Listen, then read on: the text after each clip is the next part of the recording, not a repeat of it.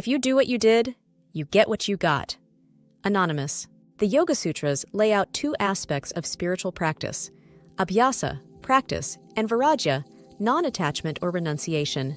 Over 2,000 years later, the notions of practice and renunciation are reflected in the 12-step adage, if you do what you did, you get what you got.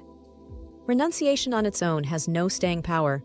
You can renounce bananas all you like, but if you continue to live in your banana home on your banana street, if you keep your job at the banana warehouse and hang out with your banana gobbling friends, you'll be eating bananas before you know it. Practice is doing the work. It is following up your intention with action. Many of us attend a few yoga classes and find that we like the glimpse of another way of life that yoga offers. We are delighted by the way we feel after class, and we are pleasantly surprised as certain behaviors start to fall away. Perhaps we no longer need coffee in the morning, or staying out late at night becomes less attractive, or we find ourselves calmer and more compassionate. Suddenly, we're convinced that we've hit upon a painless way to solve all our problems. Sadly, this is not the case. Practice is not a substitute for the difficult work of renunciation.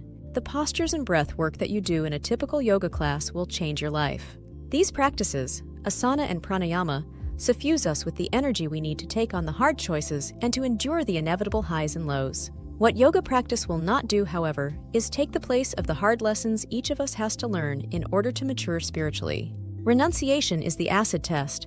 It is walking the walk. A number of my students come to yoga with issues concerning food and body image. Some binge, some starve, some purge.